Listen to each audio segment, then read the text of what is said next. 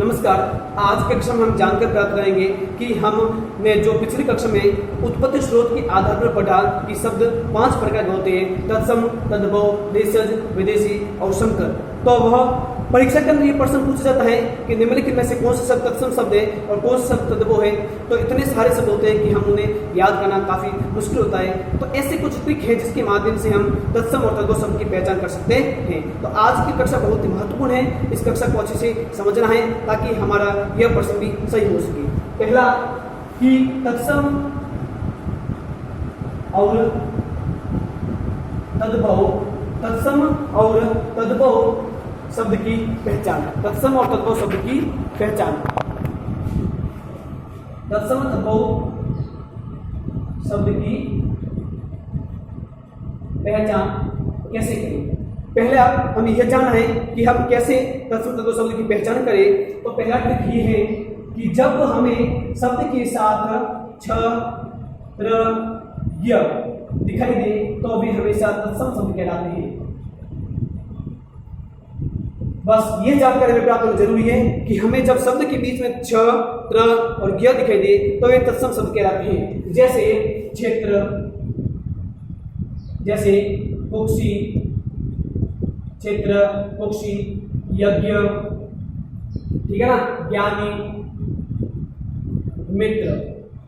अब ये शब्द सारे तत्सम शब्द कहलाएंगे। क्यों कहलाएंगे? क्योंकि इस क्षेत्र शब्द में छ आ गया, इस कुक्षी शब्द में छ आ गया और इस यज्ञ शब्द में ज्ञ आ गया, इस ज्ञानी शब्द में ज्ञ आ गया, मित्र शब्द में आपके त्र आ गया। यानी कि जब शब्द के बीच में हमें छ, त्र, ज्ञ दिखाई दे तो वे तत्सम शब्द कहलाते हैं।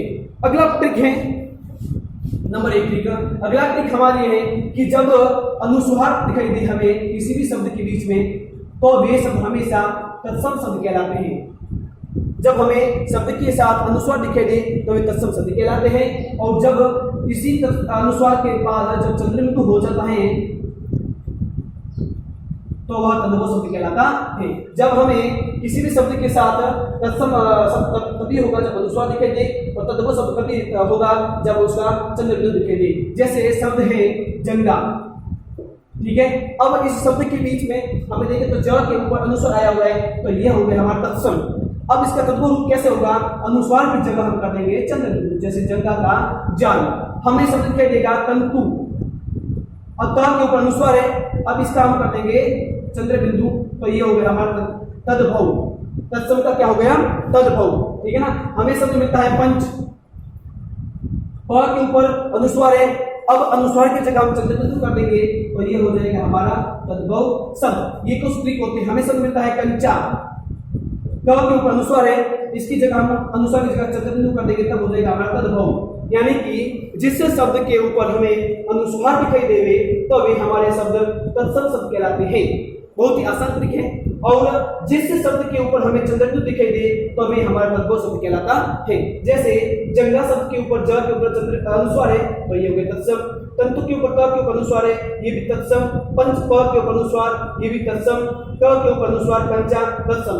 अब इन सभी के ऊपर चंद्रबिंदु लगा हुआ है इसलिए तद्भव शब्द कहलाते हैं। बहुत ही आसान ट्रिक है। अब अगली ट्रिक भी हम देखते हैं कि कैसे ट्रिक है जिसे हम चंद्रबिंदु के आधार पर या अनुस्वार के आधार पर पहचान कर सके। अगला शब्द है जब हमें किसी भी शब्द के साथ न दिखाई दे तो वह तत्सम शब्द कहलाता है और जब न हम न मान देते हैं तो वह तद्भव शब्द हो जाता है, ठीक है ना।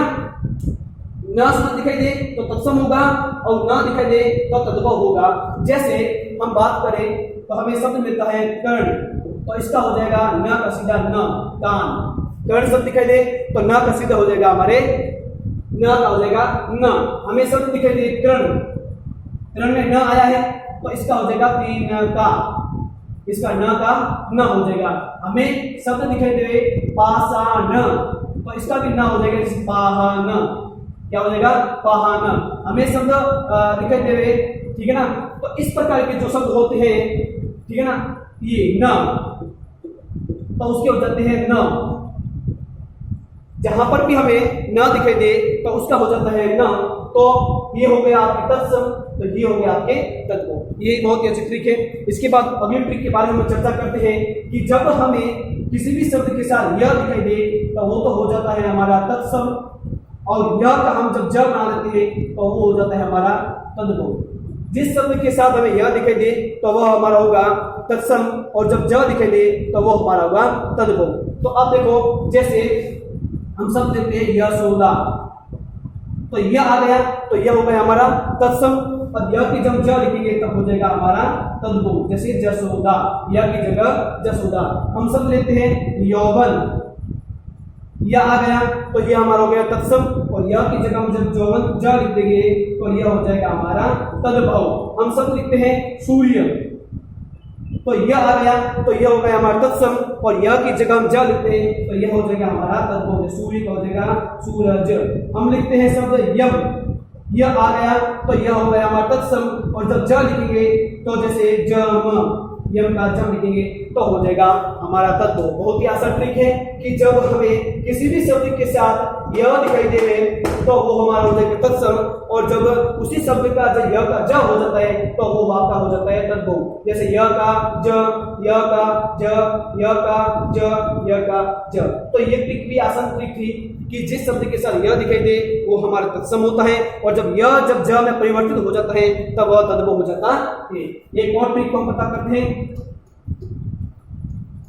अगली हमारी ट्रिक है, जब हमें शब्द के पहले, जब शब्द के पूर्व में हमें तालव्य श या श दिखाई दे, कैसा अधूरा, कैसा दिखाई दे अधूरा।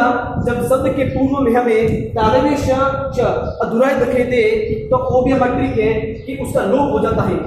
तब जब शब्द के पूर्व में श और श दिखाई दे तो ये तत्सम शब्द कहलाएंगे, तत्सम शब्द कहलाएंगे, और जब इनका लोप हो जाएगा तो आपके ये तद्भव शब्द हो जाएंगे।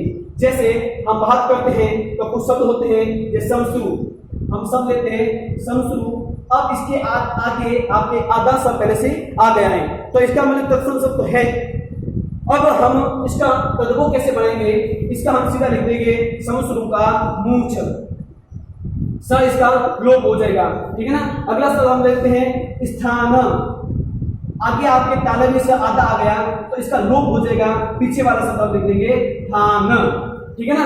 अगला शब्द हम लेते हैं श्वास, तो आधा आपके तालव्य से आ गया तो इसका हो जाएगा आपके श्वास, ठीक है ना। एक और ट्रिक है, देखो इसके ऊपर चंद्रबिंदु आ गया तो सीधा ऑटोमेटिक आपके तद्भव शब्द हो गया। बहुत अच्छी ट्रिक है।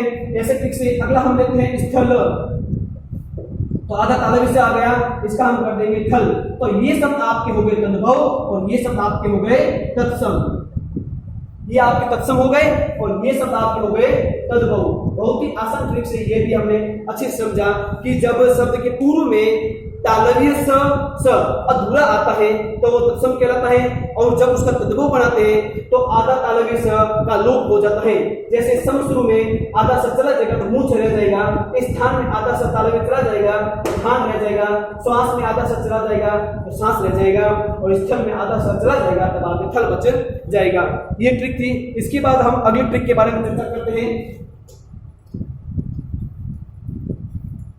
इसके बाद हम ट्रिक की चर्चा करते हैं कि जब हमें शब्द के साथ में र या री दिखाई दे, जब हमें शब्द के साथ में र और री दिखाई दे तो ये तत्सम कहलाता है। क्या कहलाता है? तत्सम कहलाता है। और जब इनका लोप हो जाता है तो ये आपका तद्भव शब्द बन जाएगा। जब हमें शब्द के साथ में र और र दिखाई दे तो ये आपका तत्सम शब्द कहलाता है, और जब इनका लोप हो जाता है तो ये आपके सीधा सा तद्भव शब्द बन जाएगा। जैसे हम सब लेते हैं चरम, अब इसके ऊपर र आ गया आपकी, ठीक है ना, तो इसका हो गया चाम, तो हो जाएगा आपके र का लोप। अगर हम सब लेते हैं सरकरा, इसके साथ विरा आया तो इसकी र का लोप हो जाएगा तो बन जाएगा आपके शक्कर। अब र लेते हैं हम, र का शब्द जैसे मृत, नीचे र आ गया तो इसका मतलब हो जाएगा मरा, मृत का हो जाएगा आपके मरा। ऐसे शब्द है जिसका र और री होता है तो वे तो आप तत्सम शब्द कहलाते हैं, और जब इनका लोप हो जाता है तो आप ये तद्भव शब्द कहलाते हैं। तो आज की कक्षा में हमने बहुत ही आसान तरीके से समझा कि तत्सम और तद्भव शब्द की पहचान कैसे करते हैं। पहली ट्रिक हमने ये समझी कि जब अनुस्वार होता है तो आपका तत्सम शब्द कहलाता है, और जब अनुस्वार का चंद्रबिंदु हो जाता है तो आपका तद्भव शब्द कहलाता है। दूसरी ट्रिक में हमने ये समझी कि जब न आता है तो वो आपका तत्सम शब्द होता है, और न का न बदल जाता है तो आपका तद्भव शब्द होता है। तीसरी ट्रिक में हमने ये समझा कि जब यह शब्द आता है तो आपका तत्सम शब्द होता है, और यह का जब ज हो जाता है तो आपका तद्भव शब्द हो जाता है। उसके बाद हमने ये समझा कि अतः तालव्य विषय और श आता है तो उनका लोप हो जाता है, तब वो तद्भव हो जाता है। उसके बाद हमने ये ट्रिक समझी कि जब र और र आता है तो उसका लोप हो जाता है तो वे तद्भव शब्द होता है। उससे पहले हमने ये ट्रिक समझी कि जब हमें शब्द के साथ छत्र ज्ञ और श्र दिखाई दे तो वे सामान्यतः तत्सम शब्द होते हैं और इनके तद्भव अलग हो जाते हैं।